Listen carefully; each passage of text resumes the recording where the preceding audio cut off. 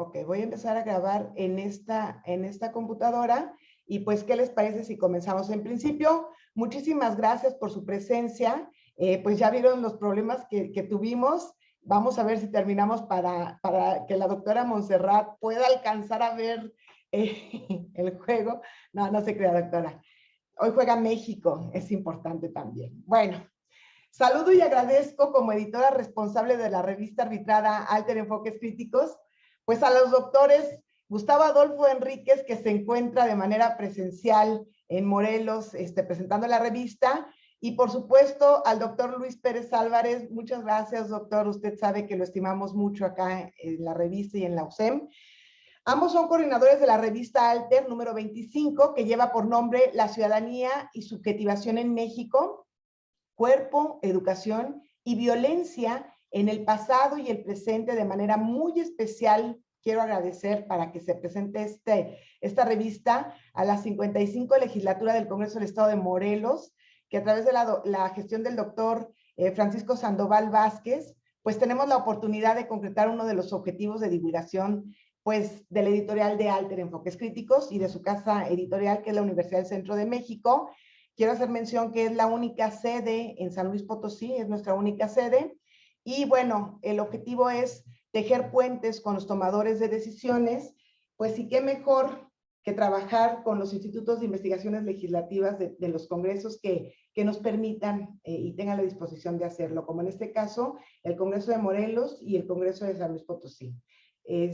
Con este número, el doctor Gustavo Enríquez y el doctor Luis Pérez nos formulan un ejemplar con una carga histórica que no solamente nos informa, y se lo comentaba hace un momento al doctor Luis, sino que creo que cumple con una importante expectativa que tenemos los lectores, que es la de mantenernos interesados. Independientemente sea teoría o sea lo que leamos, cualquier narrativa, el principal objetivo es que se interesen y que nos anclen en lo que nos están exponiendo. Y tiene una gran dosis de emoción de lo que se está exponiendo. Creo que están comprometidas también las emociones de los autores y se deja ver en el escrito, ¿no? Y justamente es como lo hacen los buenos historiadores. Me gustó mucho que hubiera, si no es desde la profesión, sí desde las vocaciones históricas de los científicos sociales, que se escribiera este número. Bueno, yo he querido verlo así. El libro, la revista consta de 7 artículos y quiero pensar, porque yo así lo veo como para comentarlo rápido, que tenemos los 3 primeros artículos, me parece que dan cuenta de una biopolítica del cuerpo y con ella de una formulación sexista de las políticas que dieron lugar a lo que hoy conocemos como la educación física y que se mantienen muchos preceptos. Esto es lo más interesante porque ahí vemos de dónde devienen muchas cuestiones que hoy están ancladas en nuestra cultura y no sabemos por qué lo hacemos como lo hacemos, ¿no? También a la política de higiene y de registros de vigilancia sobre enfermedades que se daban en las escuelas. Esto es muy interesante. Documentan los registros de por qué hay ausencias y entonces con ello documentan las enfermedades. Y fíjense qué interesante. Estos 3 artículos hacen un corte, o sea, como dicen, cuando México entra a la modernidad en el porfiriato y años subsecuentes, y entonces cómo hay una ruptura en el pensamiento y entonces la educación tiene que poner también mucho de ella para formar una nueva conciencia y una nueva forma de hacer las cosas, ¿no? Y entonces vemos a través de todos estos registros esta ruptura de lo tradicional a lo moderno y cómo hay una formulación de lo que debería de ser el nuevo ciudadano, un nuevo mexicano de comprobada calidad por una alimentación, por los deportes que también estaban normados para hombres y para mujeres y con ello de la salud. Verificado todo a través de evaluaciones antropométricas y bueno, con ello un gran predominio de la masculinidad. Ya lo verán cuando lo lean, ¿no?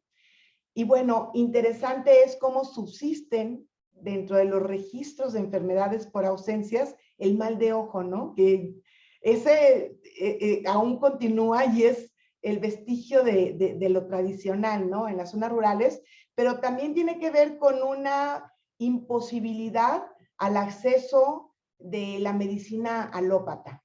Entonces, bueno, en ese sentido, permítame porque pedí ayuda. Muchas gracias, lo hemos solucionado. Gracias. Entonces, en este sentido, como las zonas rurales mantenían altas incidencias de mortandad que no se veían en los registros de México en ese tiempo, pero era porque los registros eran de hospitales, mientras que la gente moría de calenturas en las zonas rurales, ¿no? Y hasta hace muy poco, yo creo que todavía de manera pues importante, esto sigue existiendo en México, ¿no? Tenemos además otros 4 artículos posteriores que describen y reflexionan sobre diferentes aspectos de la violencia. Pues aquellas que viven las mujeres en los refugios. Este es un artículo que también colabora el doctor Luis con él, y con ello pues el alto impacto que tiene en valorar el activismo social. O sea, en ese artículo muestran cómo los refugios fueron una iniciativa de asociaciones civiles, entonces, de organización social civil. Entonces, me gusta mucho este artículo, doctor, y lo quiero comentar justamente porque es parte de los autores, porque muchas cosas de las que pasan creemos que pasan y que no hay nada que lo remedie, que son las instituciones las que tienen que darnos los servicios, cuando en realidad este artículo nos muestra que comenzó desde el activismo social una política que, como 7 años después, recupera el Estado porque entiende que ellos tienen que dar y proporcionar seguridad a las mujeres vulneradas, ¿no? Y aquí un aspecto que sigue trabajando el doctor con este artículo y la autora, que ahorita lo van a comentar, que es la de pensar en el rol que tienen las mujeres vulneradas una vez que entran a los refugios. Y que, bueno, es un rol que tiene que ver también con, pues con un rol secundario. Y ahí habría una observación importante que recuperarse para que las mujeres salgan fortalecidas de estos refugios, ¿no? Tenemos otro tipo de violencia sistémica con las mujeres, y esto tiene que ver con la desigualdad de género que mucho conocemos, y en esto quiero hacer mención, ahorita lo va a presentar, la autora está con nosotros, la doctora Montserrat, hace un estudio, más bien este es el del presente, y reflexiona sobre el COVID y el trabajo de mujeres que muchas veces son las proveedoras del hogar de tiempo completo, y mete en juego un concepto que hemos escuchado mucho desde el campo empresarial, ¿no? Que es la responsabilidad social. Y la pone a jugar para decir, bueno, cuestionar esta responsabilidad social desde las empresas, en este caso en San Luis Potosí, automotrices, y bueno, ella ya nos contará el tema. Solamente quiero decir que el doctor Luis y el doctor Gustavo han estado moviendo mucho la revista, han tenido varias presentaciones, y en todas ellas el artículo de la doctora Montserrat es referido. Me da mucho gusto porque quiere decir que las cuestiones de género van tomando el lugar que les corresponde para hacer visibles las violencias y lograr evitarlas, ¿no? Un texto que me llama también mucho la atención porque trabajan sobre la reflexión de cómo es la política de reconocimiento del trabajo académico. Y en esto no me dejará mentir, otra vez el doctor Luis está metido en la elaboración de este artículo. Me parece muy importante, porque esto poco se trabaja, poco lo escuchamos, ¿no? Que la propia comunidad académica reflexione sobre sí misma y las políticas que les impactan a ellos, ¿no? Y entonces aquí dice que este reconocimiento está fundado en una cultura evaluativa que prioriza la racionalidad, la medición cuantitativa, el productivismo y la individualidad, y en ese caso los académicos se posicionan de una manera subjetiva. El doctor es nivel 1, nivel 2, nivel 3, entonces se convierte como en un referente simbólico, ¿sale? Pero se demerita el trabajo reflexivo y colaborativo que exige la propia vocación científica, ¿no? Con mucha rigidez, sobre todo en los tiempos. Y por último, híjole, esto sí, yo quiero comentar que este último artículo, quien estemos aquí, seamos mamás o papás, sí es un artículo que tenemos que leer porque es un artículo para filosofía para niños y niñas. Entonces, esto es una alternativa de construcción para la convivencia ante el acoso y las violencias de las escuelas, que después del COVID se ha convertido en algo muy agresivo, muy duro, en el que se están metidos los niños y las niñas y que muchas veces no lo comentan con los papás. Entonces les propongo que lo revisen. El mismo método está descrito, las reflexiones y las narrativas están allí en el artículo, y fíjense que los cuestionamientos que se hacen los niños y las niñas y que nos refieren en el artículo justifican solito el trabajo y nos dicen, nos dan mucha emoción para nosotros. Aquí en la USEM tenemos el Instituto Otón, Manuel José Otón, desde kinder hasta posgrado, y entonces me parece que para todas las instituciones educativas es una lectura obligada. Yo no voy a decir más porque en realidad lo que yo les estoy diciendo es para que se animen a revisar y a bajar la revista que se encuentra en las páginas de la revista alterenfoquescríticos.com. Ahí lo pueden encontrar. No voy a comentar más, nada más le voy a pasar inmediatamente la palabra a a uno de nuestros coordinadores, que le agradezco en el alma toda el soporte que le ha dado a la revista, el trabajo que hay detrás, porque no es en el único número en el que ha participado. Durante el COVID también participó a través no me acuerdo del centro, ¿cómo se llama, doctor? Ahorita nos comenta, y de la labor que hizo para atender a distancia problemas que pudieran estar ocurriendo con jóvenes universitarios por el confinamiento. En realidad, la calidad del doctor Luis Pérez Álvarez, pues está comprobadísima desde sus vocaciones científicas como la vocación de docencia. Voy a permitirme leer una breve reseña para inmediatamente pasarle la voz. Es doctor en Psicología Social de Grupos e Instituciones por la UAM, Universidad Autónoma de México, ¿sí? Y profesor investigador de tiempo completo adscrito al Centro de Investigación Transdisciplinar en Psicología de la Universidad Autónoma del Estado de Morelos.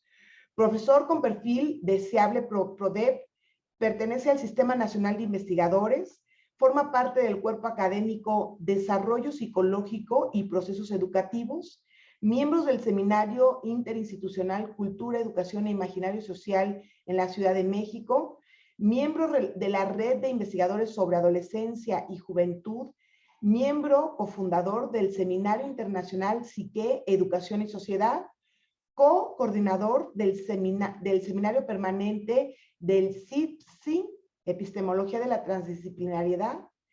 Línea de investigación es subjetividad, procesos grupales e instituciones. Doctor, muchas gracias por estar presente y qué suerte que haya tenido oportunidad de acompañarnos de manera virtual a último momento. Muchas gracias.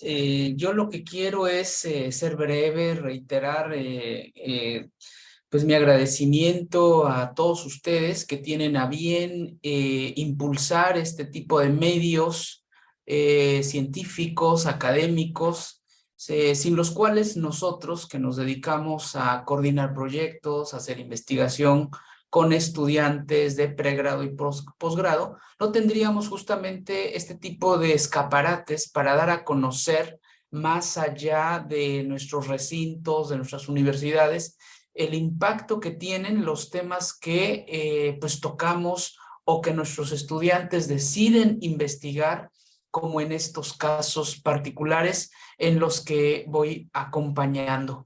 Es más que nada una invitación también para ustedes, para el público, para la gente en los congresos de los estados. También aprovecho para saludar al doctor Francisco, al doctor Gustavo y a todas ustedes que han hecho una lectura puntual y sobre todo escuchar sus puntos de vista, cómo ustedes ven esos artículos, esos trabajos con la intención de difundir justamente estos temas o de hacerlos más comprensibles desde los que son de carácter histórico, que dan cuenta de nuestra identidad, de ciertos rasgos culturales, históricos, de los cuales somos portadores y que ahora aparecen como a nivel de lo histórico, la importancia de las corporalidades, cómo éstas se presentan. Y uno de los temas que a mí me interesan mucho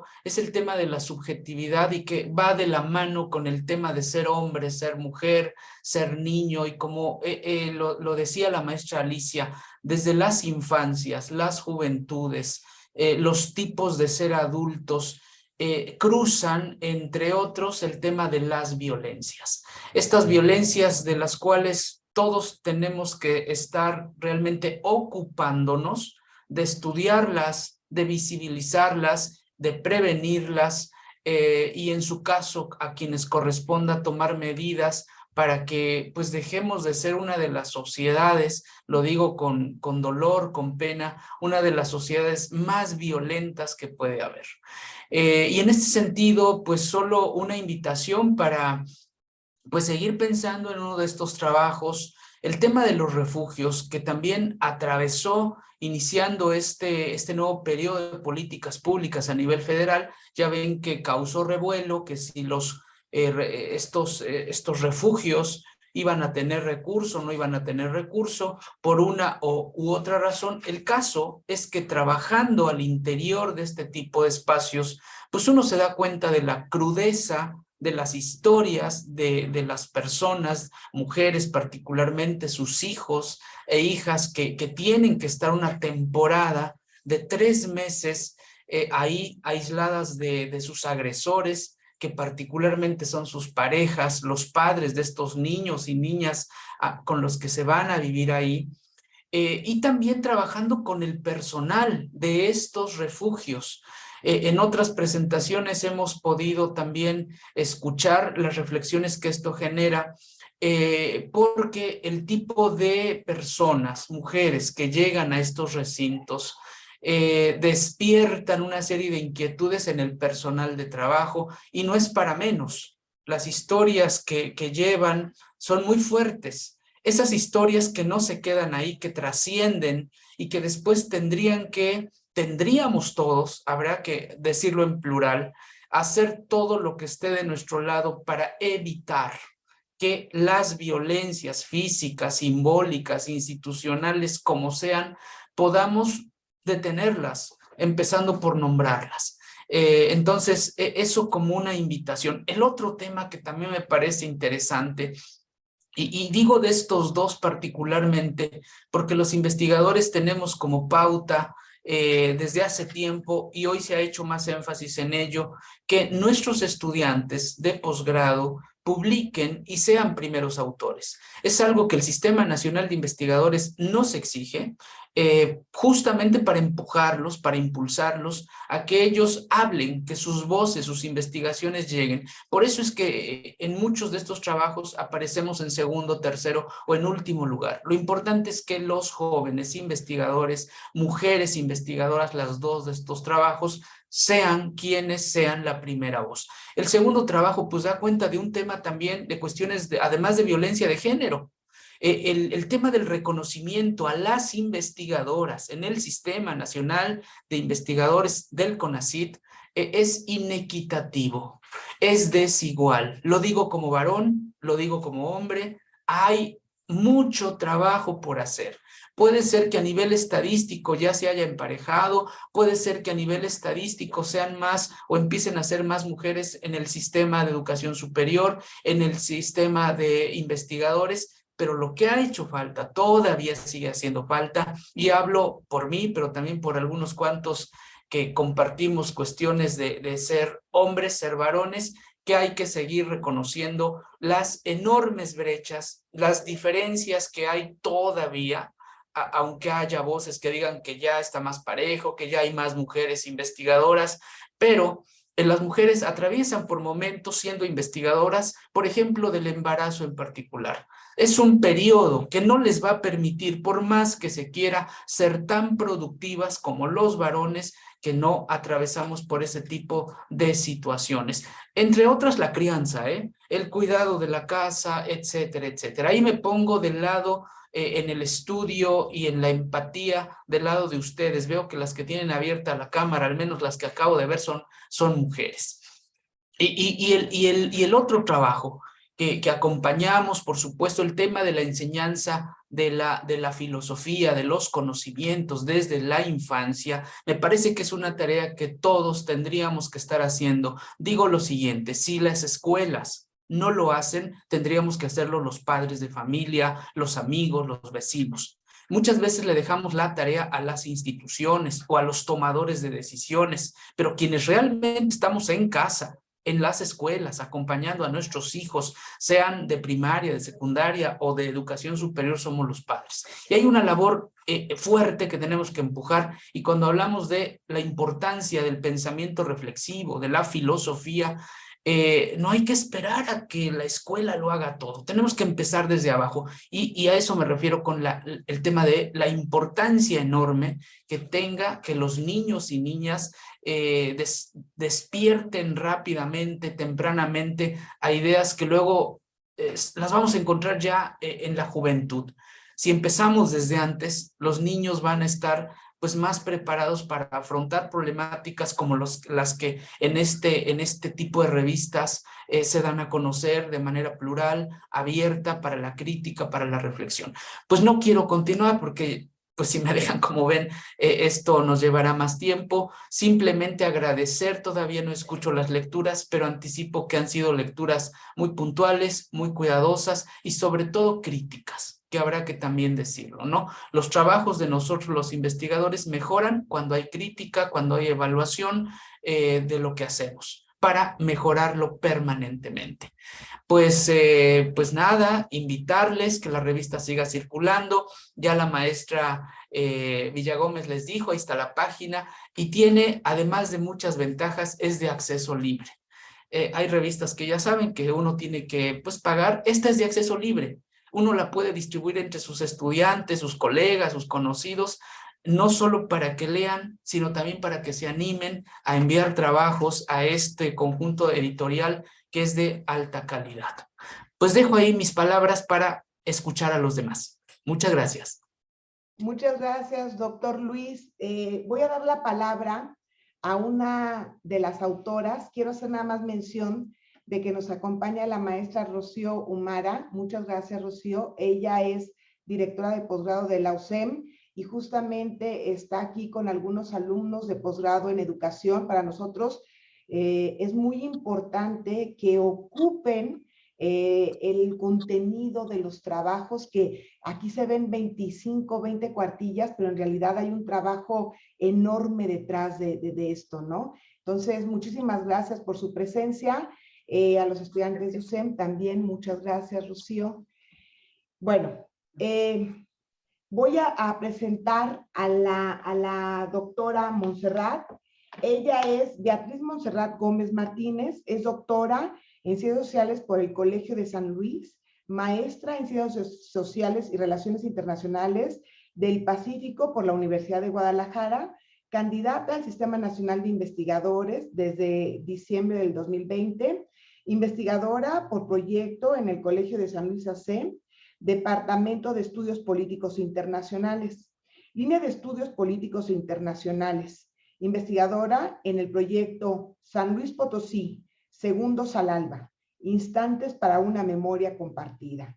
Proyecto multidisciplinario que abarca no solo al sector automotriz, sino a distintas actividades económicas del Estado de San Luis Potosí, buscando las mutaciones en lo social, cultural, económico y del paisaje, además del sostener diario de las personas. Eso lo hace desde el 2018. Participante en el Comité Académico del Clúster Automotriz de San Luis Potosí en el Pilar de Seguridad y Vinculación, desde el 2018 también, y del Sistema de Ciencia, Tecnología e Información del Estado de San Luis Potosí desde el 2020 a la fecha. Con el desarrollo del área de investigación sobre trayectorias de vida en la industria automotriz, sustentabilidad industrial, ciencias sociales, relaciones internacionales, es coautora del libro Metamorfosis del espacio en San Luis Potosí ante la llegada de la industria automotriz y artículo Alianza Público-Privadas para el Desarrollo Promotoras de la Responsabilidad Social Corporativa en México, agosto-diciembre del 2018. Doctora Montserrat, muchas gracias por permitirnos escucharla. El micrófono es suyo. Muchas gracias. Bueno, les comparto, no sé si por ahí ya se alcanza a ver la pantalla. Sí, se ve. Bueno, este trabajo les agradezco también a Alter. Creo que Alicia es alguien que pues conoció un poquito todo el antecedente y me da mucho gusto que se esté leyendo.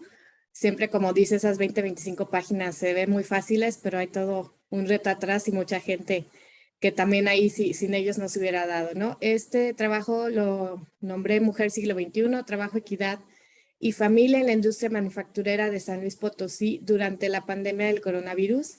La verdad es que fue cambiando el título porque esto, como ya dijo Alicia, empezamos desde 2018. El trabajo aproximadamente en 2019, pues la pandemia, bueno, previo a la pandemia empezamos a encontrar ya casos de muchos retos que encontramos en las fábricas con las trabajadoras y que si bien no era un estudio que se enfocara en género, pues como lo pongo aquí, ¿no? Nos topamos efectivamente con esto, por lo cual seguimos pues indagando en estos problemas que tienen, retos que tienen las mujeres trabajadoras y pues con la pandemia simplemente se vino pues a visibilizar mucho más, ¿no? De manera, como ya lo decía el doctor Luis, más negativa, con más carga para ellas y pues seguí en esa investigación con qué estaba pasando y pues sí, precisamente como lo menciono, una desigualdad creciente, ¿no? Es lo primero que vemos. El artículo, creo yo, bueno, ya quien tenga oportunidad de leerlo, pues va marcando implícitamente, en algunos casos explícitamente, pues una violencia estructural, ¿no? Que hay en la cuestión no solo de violencia laboral, de violencia física, violencia sexual también, en esta estructura en la que vivimos desde el capitalismo, ¿no? Entonces de aquí que pues esta condición de la mayoría de las mujeres que todavía están en cuestión de que son madres, son empleadas, pero a la vez proveedoras y mucho de lo que todavía se le carga a la mujer de los cuidados, sean de personas mayores, digo, aparte de la crianza, de personas de adultos mayores, personas con discapacidad. Entonces encontramos un informe muy grave de, precisamente salió en 2000, poquito, como a mediados de 2020, que era un informe sobre la situación de trabajo en México ante la COVID, publicado por la OIT, eso lo pueden encontrar en la página, y pues que nos decía por primera vez de un grupo que es considerado, lo voy a leer textual, personas con interés para trabajar, pero bajo un contexto que les impide hacerlo. Entonces, ¿esto qué es? Pues personas que, como ya lo mencionaba, ¿no? Se dedican a los cuidados, se dedican a la crianza. Entonces, por más que tengan las capacidades, a lo mejor hasta la educación, la preparación, o bueno, a lo mejor no la educación, pero que tengan habilidades para poder insertarse en un espacio laboral, pues no pueden porque están en estas otras labores que sabemos que la mayor parte pues no son remuneradas. Entonces, ¿cuál fue la situación aquí muy grave? 2.8 millones de individuos en este caso que están en esta situación que hoy te identifica y el 86% de estos 2.8 millones, o sea, 2.4 millones son mujeres. Entonces, si vemos la gráfica de la derecha, pues prácticamente estos trabajadores sin pago son un 3%, pero pues ya reflejado en números, pues es una cantidad importante de mujeres en nuestro país que no están pudiendo insertarse económicamente y que además hacen un trabajo por el cual no se les remunera, ¿no? También aquí vemos un poco el cambio, si bien ya México había traído una inercia de trabajo en manufactura, creo que es la etapa, este siglo XXI, donde más se insertan las mujeres. Hay un 63%, es la cantidad más grande de ocupación de madres en México. Les comento, ¿por qué me empecé a enfocar en madres? Porque pues fue saliendo, ¿no? La información de cuántas mujeres están realmente insertadas en este mundo de la industria automotriz, industria manufacturera. Y también una parte importante del artículo que, bueno, aquí traje más que nada por el tiempo también como cosas que quiero resaltar. Si ustedes recordarán, en 2021 entra en vigor el Tratado de México, Estados Unidos, Canadá. Este tratado pues ha sido muy discutido porque precisamente trae una reforma muy importante a nivel laboral que vamos a ver que va afectando nuevamente a estos sectores indígenas, de mujeres, de jóvenes, basado principalmente en la precarización del trabajo. O sea, cabe decir que en los últimos años, en los últimos, pues yo diría 10 años, 10, 11 años, el trabajo en México se ha precarizado. Ahorita no recuerdo la cifra, pero estamos viendo, si se alcanza a ver la tabla, un periodo de 2011 a 2019, las personas que ganaban hasta un salario mínimo y de 1 a 2 salarios mínimos, pues crecieron en una gran proporción, ¿no? ¿Esto qué es? Las personas que están en el límite de que ni siquiera a lo mejor alcanzan a comprar una canasta básica, por ejemplo, para los que ganaban solo un salario mínimo de 7.200.000 aproximadamente personas, pasamos a 11.400.000. En los que ganan de 1 a 2 salarios mínimos, pues aumentó desde 13 millones a casi 18. O sea, en este periodo de esos años, ¿no? 8 años, y contando que donde más aumenta, pues obviamente hay que ver después la pandemia cuánto pasó. Y esta población, lo importante es que representa el 52% de la población económicamente activa. ¿Qué es? O sea, estamos pagando sueldos a la mayor parte de la población que no alcanzan, contrario a los que si nos vamos a los sueldos de 3 a 5 salarios mínimos, al revés, ¿no? Decreció a la mitad. Para 2011 era aproximadamente 16% de la población, ganaba de 3 a 5, ahora en 2019, 8% de la población, y el de 5 salarios mínimos, que sería aproximadamente un poquito más de 15,000 pesos al mes, es de 8% decreció al 3%. Entonces estamos viendo cómo esta movilización, en lo que nos dicen que vamos siendo más competitivos, pues no. ¿Y esto por qué pega a las mujeres? Porque también nos damos cuenta, hay una figura que seguramente también en 2021 escuchamos con la reforma del outsourcing, que fue muy importante, yo creo que fue algo muy atinado, porque precisamente como muchas personas en la industria automotriz, aproximadamente 1 de cada 3 personas estaba bajo este esquema. Esto significa que no tenían acceso a créditos Infonavit, a fondo de ahorro y todas las prestaciones de ley, ¿no? A veces se compensaba porque les daban ciertos bonos o así, pero pues en realidad no estaban generando antigüedad. Entonces, ¿qué se dio cuenta Infonavit, por ejemplo? Que 46,000 créditos que los trabajadores podían acceder precisamente por esta figura se quedaban en el aire cada año, ¿no?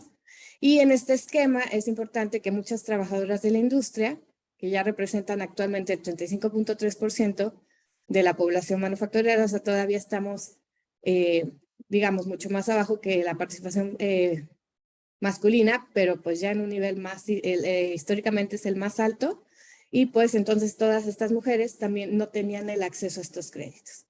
Y aquí la cuestión donde ya empecé un poco, todo este trabajo que traemos desde 2018 ha sido escuchar las voces de las personas. Un poco sin ser antropólogos nos hemos dado esa tarea de escuchar, de construir las historias de vida a través de lo que las personas nos dicen, y pues nos damos cuenta de todos estos retos, ¿no? Aquí ya la parte, digamos, el centro del artículo, pues es hablar de las mujeres y madres en la industria. Tenemos mujeres, nos gustó mucho que encontramos mujeres como esta que tenía 18 años trabajando en la industria. Entonces ya vemos también como la responsabilidad social era ver cómo entraban las empresas en estas problemáticas de sus trabajadoras. Nos encontramos como un antes y un después de las empresas, ¿no? O sea, esta mujer que entró hace 18 años, pues sí nos explicaba todo este cambio que se da a lo mejor ya en los últimos 10 años en cuestión de un trato más humano, que intentan ser más flexibles. Como dice el doctor Luis, hay mucho que hacer, pero sí también veíamos ciertos aciertos y en otras partes ciertas cosas que pues todavía están pendientes o que a lo mejor la industria todavía no se ha dado cuenta qué parte le toca, ¿no? Porque también, como decía, no es como que todo le toca al gobierno o todo le toca a la empresa o así, ¿no? Pero muchas veces creo que también es importante que como nosotros como académicos y a través de estos testimonios, pues nos demos cuenta qué está pasando, ¿no? Aquí también el discurso de ella, ¿no? Lo leo textual. Nos decía ella tiene 2 hijos adolescentes, su esposo y ella trabajan, uno en el turno de la mañana, otro en el turno de la noche, para poder estar en diferentes momentos con ambos con sus hijos. Pero pues bueno, esta es una familia en el ideal, ¿no? También buscamos como diferentes tipos de familia para poder pues construir esas necesidades, ¿no? Y ella nos dice, ellos estudian, refiriéndose a los hijos, y hacen el quehacer doméstico y sus deberes. Ella labora por la mañana y su esposo por la tarde. Toda la familia es de tiempo compartido y sus hijos son hijos de guardería, ¿no? Entonces, este discurso no es el único de esta madre. La mayoría asumen que si ellas no trabajaran, pues no podrían darle esto a sus hijos y que la familia calidad en vez de cantidad. Pero pues bueno, también sabemos que precisamente este tipo de trabajos no permite ese equilibrio entre trabajo y familia, ¿no? Entonces, sí está muy bien asumido el discurso, no son los únicos, de hecho, yo podría decir que la mayoría de las entrevistadas y entrevistados, porque también hubo hombres, solo para este artículo, pues nos concentramos en las mujeres, pues sí está muy ya asumido.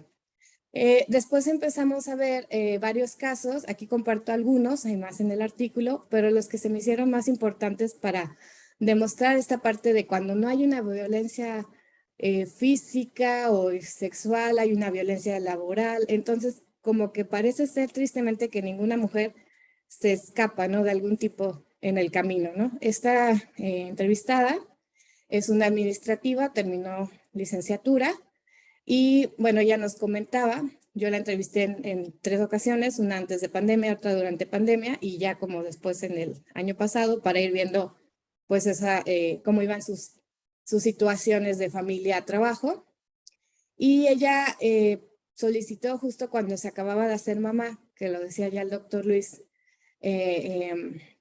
como también las mujeres en esa parte es muy diferente, que solicitó un puesto para el que, pues sí, había pasado todas las etapas en su empresa y simplemente cuando ya es la etapa final, eligen a una persona que era su subordinado. Cuando ella va con su jefa en ese momento, pues para una retroalimentación o ver cuál había sido la situación, pues le comentan que tal cual era porque pues ella acababa de ser mamá. O sea, no había ninguna cuestión de sus habilidades, de ninguna otra cosa. Simplemente la jefa creía que iba a hacer algo con lo que no iba a poder. Entonces, ella por eso dice, pues me voy, ya tenía otra oferta y pues decidí no demandar, ¿no? Pero entonces, esto que tantas mujeres día a día van a pasar, ¿no? En su nuevo trabajo, aquí también lo que les digo, el modelo ideal, que pues cuántas son, yo creo que son contados los casos. Ella tiene su pareja, él afortunadamente lo mandan a home office, ella es la que tiene mucho trabajo durante pandemia y pues nos dice así tal cual, ¿no? Yo nunca paré, nos mandaron a casa y me pagaron igual, él era el amo de casa, la parte pesada se la llevó él porque tenía que cuidar al bebé y hacer la comida. Entonces, quise poner un poquito reflexiones de cómo cada mujer fue viviendo y que el círculo de apoyo pues es fundamental, ¿no? Pero también el cómo, aunque puede parecer que en la parte familiar, personal, estás bien, en la parte laboral siempre hay estas situaciones, ¿no? Entonces, otro caso que pues yo sé que puede ser muy común, pero que la pandemia pues exacerbó, fue la parte de la violencia intrafamiliar, ¿no? Entonces, este caso también es una mujer trabajadora, perdón, ella trabajaba hasta que se casa, la pareja decide en su momento que ella aquí cría a los niños. Cuando se da la pandemia, hay una situación por primera vez, que esto también está registrado, que en muchos casos así fue, ¿no? A lo mejor había ciertos focos, por eso tanto estas líneas ahora de violencia de género, pero la persona pues en su testimonio nos dice que esta fue la primera vez que su pareja la violentó física y verbal y sexualmente y también económicamente, que es lo que encontramos muy en el común de estos casos, ¿no? La primera violencia es la económica. Perdón, después de estas violencias sexuales físicas, pues vienen las económicas, ¿no? Entonces dejan en jaque a estas mujeres porque pues muchas no tienen esa fuente de recursos. Ella nos decía que pues sí, en algún momento, porque como él tenía problemas con ella, decidió ya no pagar las escuelas de los niños. En un principio no pidió pues custodia ni se hizo cargo de los hijos, pero en algún punto ya le interesó verlos y pues ella le costaba mucho trabajo, ¿no? Porque decía, no le pegó a los niños, bueno, más bien la autoridad le decía, no le pegó a los niños, tiene derecho a verlos, pero él decía, pues, ella decía, pues él no es una buena persona porque va a verlo, ¿no? Entonces había como una revictimización que vemos tanto porque le decían que ella era la que había escogido a su pareja, ¿no? También obviamente se tiene que volver a insertar en el mundo laboral, muy castigado, tardó muchos meses en poderse insertar y tuvo que empezar pues otra vez un poquito de abajo. Y ella se dejó 5 años, ¿no? ¿Cuántas personas pensemos dejan más tiempo por esta crianza? Y pues decía que también sentía mucho hostigamiento por entender su vida, que si que sus hijos donde los dejaba, que si era divorciada, que si cómo le iba a hacer, que si antes que ver cuál era su trayectoria y cómo se podía insertar en las empresas, ¿no? Entonces, también ella por primera vez pues fue un poco encontrarse con esta desigualdad, ¿no? Menciona que mucho en pandemia buscó los institutos que ayudan a la mujer, pero había mucho pues de que estaban cerrados o los procesos muy cortos. Y pues vamos, esto no es un caso aislado, ¿no? Yo creo que muchos más se podrían poner. Y otro caso que encontré comúnmente en estas trabajadoras es que cada vez más son las que dan el aporte, no solo en la parte del trabajo de hogar, sino también en todo el llevar pues el dinero a la casa, ¿no? Esta trabajadora, ella es una técnica profesional de almacenes, pero ella empezó a trabajar en fábricas a los 14 años. Y fíjense como aquí el discurso de la mamá, ¿no? La regresaron la primera vez de una fábrica en Guanajuato porque se veía pequeña. Entonces la mamá le dijo, a la próxima píntate la rayita del ojo para verte más grande, ¿no? O sea, todo también cuestión.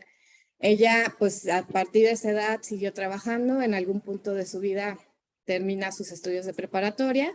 La empresa donde está ya lleva prácticamente 20 años, me parece, y pues la empresa misma la ayuda a superarse, pero la mandan a otra ciudad. Entonces ella vive en San Luis Potosí y sus hijos viven en Guanajuato, ¿no? Y su esposo es una persona que sufrió una lesión también en cuestiones de fábrica, entonces pues prácticamente está incapacitado, entonces ella sostiene la casa. Entonces esta situación también con cuántas mujeres la encontramos, y sí nos lo dice, ¿no? Muchas veces yo he puesto mi trabajo por encima de la familia y ellas, sus hijas, de repente sí reclaman mi presencia, me preguntan, ¿vas a venir? Entonces también todo como discurso, ¿no? De, o sea, tienes que elegir entre una u otro o pues siempre en algún lado vas a fallar, ¿no? Y esto es mucha carga a las mujeres. Y pues bueno, otros testimonios que son el común de cada día, ¿no? Otras personas que acaba de tener a su bebé, estuvo en home office, le pagaron, tuvo esa oportunidad que muchas de estas trabajadoras de fábrica no, pero nos decía, ahora que el regreso sea total, creo que se va a tener que acabar mi lactancia, ¿no? Entonces, ¿cuántas mamás pues tienen que tomar esta decisión? Porque si bien he encontrado 1 o 2 áreas de lactancia en las empresas, prácticamente no está como algo necesario, o yo diría hasta como de ley tendría que ser, que pues las mamás pudieran tener esos espacios, ¿no? Y lo que ella nos decía, ¿no? Otra vez, círculos de apoyo. No hay guardería cerca y para poder trabajar he tenido que apoyarme mi suegra, mi mamá y una prima. Y yo creo que esta condición no es solo de las trabajadoras manufactureras, yo creo que es de las mujeres en general que son madres y trabajan, ¿no? En la cuestión de los deberes, por ejemplo, nos decían otras, en esta cuestión cuando sí, un tiempo, pues a toda la gente, incluso a los de fábrica, sabemos que al principio de la pandemia se mandó a todos a su casa, pues sí nos decían muchas, pues tuvimos que hablar en un primer momento porque aunque las mujeres pues ya asumían el trabajo de casa y a la vez su trabajo, pues después se tenían que negociar que la pareja lo hiciera, ¿no? O sea, y tú como tal, ¿no? Cuando a lo mejor esto ya tendría que ser más asumido de una cuestión de colaboración, pero no está así en nuestra sociedad. Y bueno, ¿qué hacemos con estas violencias, no? Un poco la reflexión, ya para cerrar, porque creo que ya me pasé un poquito del tiempo, es Sandra, que era la persona que, pues bueno, ella fue desde abajo, desde no tener carrera ni estudios, pero con un esfuerzo auténtico, trabajar, pero con un trabajo por encima de su familia, ¿no? Y que también luego es algo que ves mucho en las fábricas, ¿no? Se los venden mucho este discurso que se me hace muy peligroso de tú llegas hasta donde tú quieres y si no, y dices, es que no, o sea, aquí claramente se ve que ella es un caso en, no sé, miles de casos, ¿no? O sea, definitivamente desde donde salimos, o sea, lo que nuestros padres nos pudieron dar, lo que nuestro ambiente nos pudo dar, pues iba a definir en gran medida a dónde vamos a llegar. Entonces, sí se me hace muy peligroso que muchas de estas empresas esté ese discurso de que tú si no puedes es porque no quieres, etcétera, ¿no? Y finalmente, estos casos de violencia doméstica, como el que explicaba de Camila, pues son solo un granito en el mar de violencias que ya hemos visto, sexuales, económicas, físicas y psicológicas. Y bueno, ¿qué hacemos? ¿O por dónde empezamos? Me quedaba yo con la reflexión de una mamá que decía, ¿qué clase de mamá voy a ser? ¿Una de noche o una que lo ve crecer? Entonces, un poco estas imágenes de buscar esta crianza compartida, de que, pero no es solo de los padres, a veces pensamos o le echamos la culpa del sistema machista, pero el sistema machista está impregnado en nuestras empresas, en nuestros gobiernos. Entonces, obviamente, es más allá de que o sea, empieces por decirle al papá o al suegro o a la mamá que tiene que involucrar a los hombres en la crianza, ¿no? Creo que también, por ejemplo, por eso pongo esta segunda imagen, el hombre tendríamos que discutir temas de tiempos de paternidad, temas de flexibilidad en el trabajo, no solo para que las mamás, o sea, no, las mamás no somos las únicas encargadas, y lo digo porque también soy mamá, pues de esa parte, ¿no? Entonces, por eso un poco la reflexión final del artículo es que la formación de un ser humano es lo más importante de la vida, ¿no? Estas primeras etapas, y estamos cargando todo el peso en una persona en condiciones no óptimas por todo lo que tiene que trabajar y por la violencia estructural del sistema. Entonces, ¿qué tenemos que hacer? Pues buscar, por ejemplo, ya está, yo sé que en México nos vamos a tardar, pero ya está en muchos países la discusión y la aplicación de la jornada laboral de 4 días o de disminución de horas. Entonces, vamos viendo, ya hay algunos países que están dando casos de éxito. Yo creo que sí tenemos que buscar replantear ese equilibrio trabajo-familia. Y pues bueno, espero que el artículo genere, como dice también el doctor Luis, críticas. Y pues muchas gracias. Muchas gracias, Montserrat. Quiero hacer nada más el comentario de que está con nosotros la licenciada Selene Clemente del Instituto de Estudios Legislativos del INESLE, Estado de México, ¿verdad? Sí, del Estado de México, del Poder Legislativo del Estado de México. A la Y orden. muchas gracias por estar presente.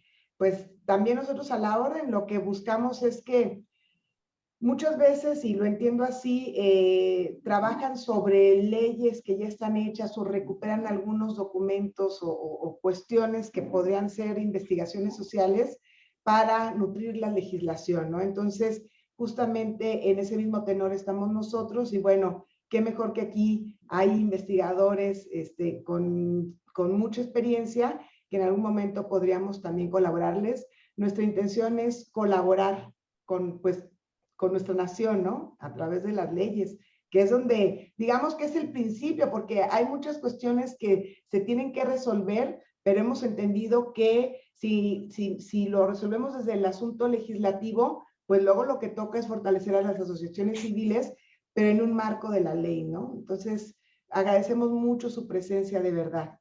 No, al contrario, gracias por la invitación y pues estamos coordinándonos a nivel nacional con todos los homólogos en esta materia, en donde pues a través de las instituciones que representamos, pues estamos buscando generar ese apoyo a las tareas legislativas y a los hijos del quehacer parlamentario. Quedó a la orden y estamos en comunicación con mucho gusto. Muchas gracias. Bueno, por allí continuamos. No sé si haya preguntas por parte de las personas que están presentes. Si tiene alguien alguna pregunta.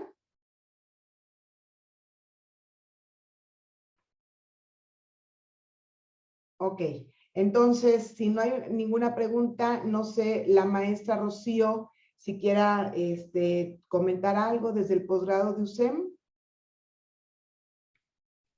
Sí, Alicia, la verdad,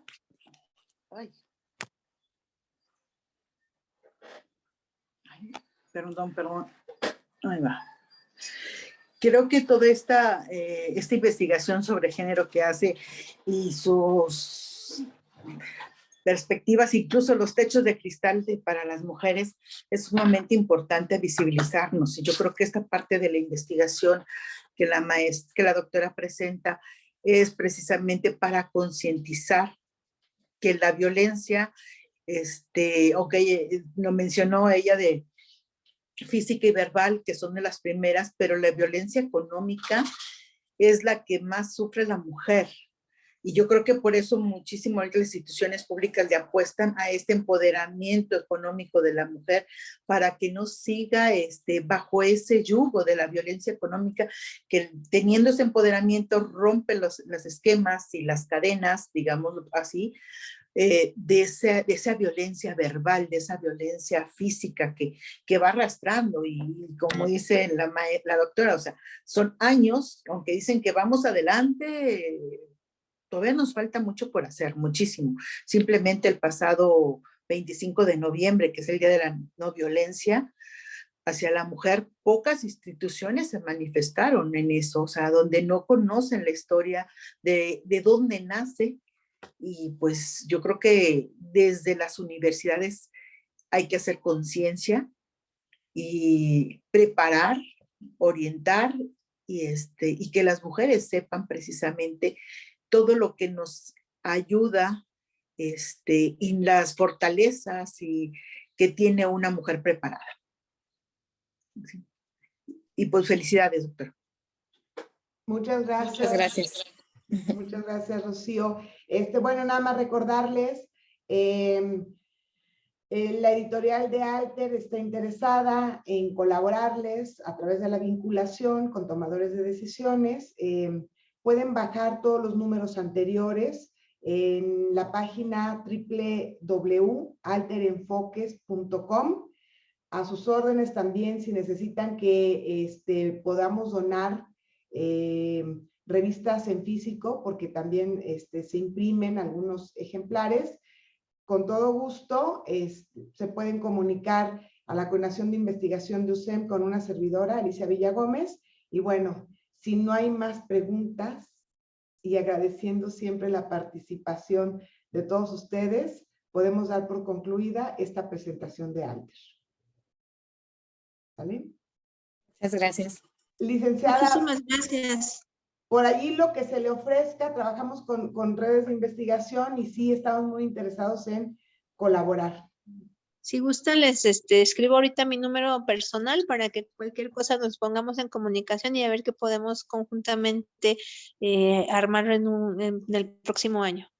Sí, por ahí nosotros traemos un proyecto que también voy a invitar a la doctora Montserrat, para la Universidad del Centro de México y algunas universidades de FIMPES, de la Federación de Instituciones Privadas de Educación Superior, en temas de perspectiva de género. Entonces, sí me interesa muchísimo.